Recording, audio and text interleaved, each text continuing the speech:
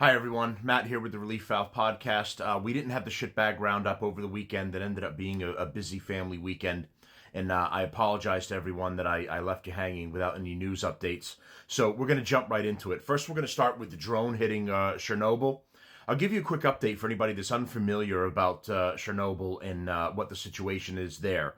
So the Chernobyl disaster was a nuclear accident that began on the 26th of April, 1986, with the explosion of the number 4 reactor of the Chernobyl nuclear power plant near the city of Pripyat in northern Ukraine, near the Belarus border in the Soviet Union. It is one of only 2 nuclear energy accidents rated at the maximum severity of the International Nuclear Event Scale, the other being the 2011 Fukushima nuclear accident. The response involved more than 500,000 personnel and cost an estimated 18 billion rubles, about 68 billion in US dollars in 2019.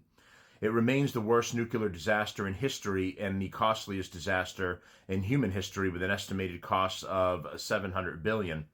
So let's take a look at the drone damage to what's left of Chernobyl. So there's still remnants of the reactor, maybe a secondary reactor, and they have to have containment for the area.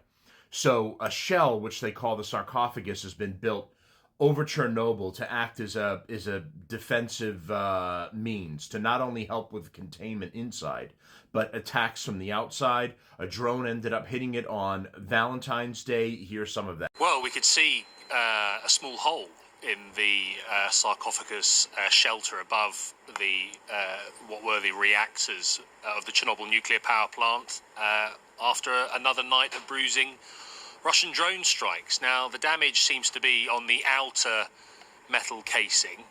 There is a thicker concrete one underneath that. So, fortunately, it seems like radiation levels are what are described as normal. This is a byproduct of almost nightly Russian drone and missile attacks.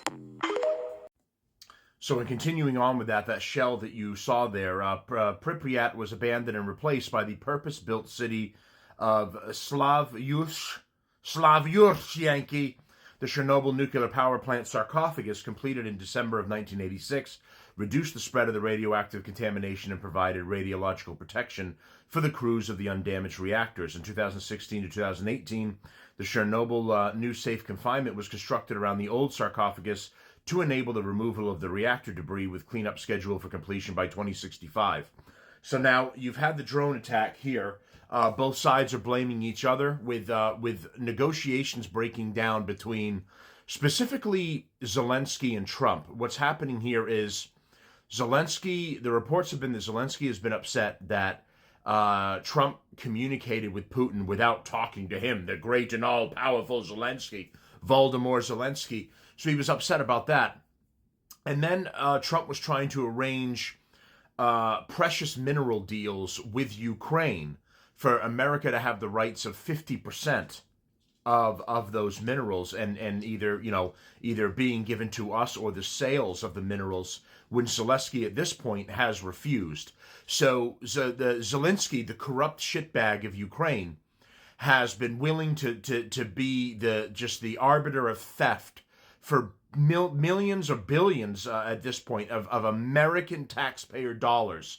But this scumbag refuses to give anything back in return for American aid. He's now going and crying to the other NATO members that he's not getting help from America, and he needs help from them, and he needs them to step in.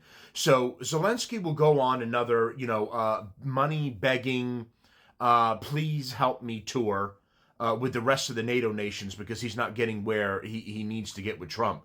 So we'll see how this develops. It would not surprise me at all, with the campaigns that both sides have been running, that it wasn't a black flag event, and it was a Ukrainian drone that actually flew into that, because Ukraine's efforts for a while now have been to draw the rest of the Western world into the war. So everything that they can do, they do. So if there's an attack that happens in Ukraine and is particularly brutal, you never really know if it was Russia that ended up perpetrating it, or if it was Ukraine with the black flag event, in order to say, look what's happening to us, they're destroying us, we need everyone's help. So I'll be very interested to see what, if any type of report comes through to confirm whether it was a Russian drone.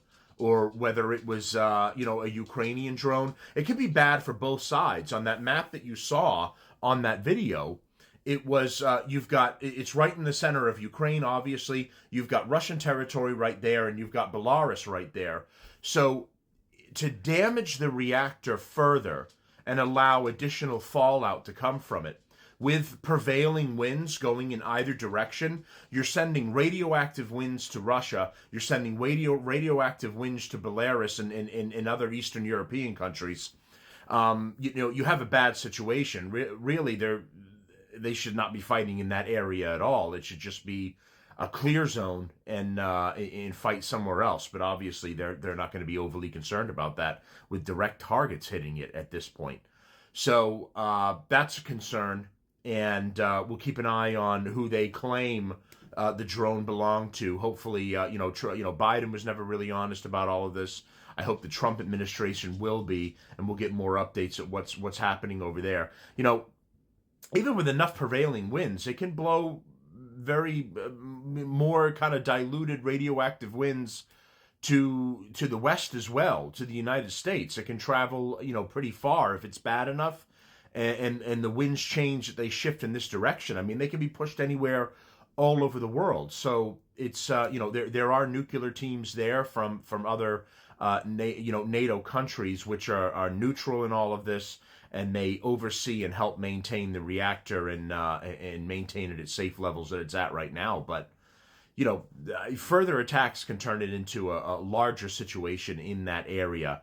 So we'll wait for more information on what's going on with Chernobyl and who sent the drone, and then the expediency of these negotiations Trump's going to have to go through with pulling both forces back. Even a ceasefire while they talk is some step forward for both sides. So if there's a drone strike or anything, then you can specifically blame one side or the other for antagonizing, but at least a ceasefire. So hopefully Trump can make some progress here, despite Volodymyr Zelensky, that corrupt piece of shit.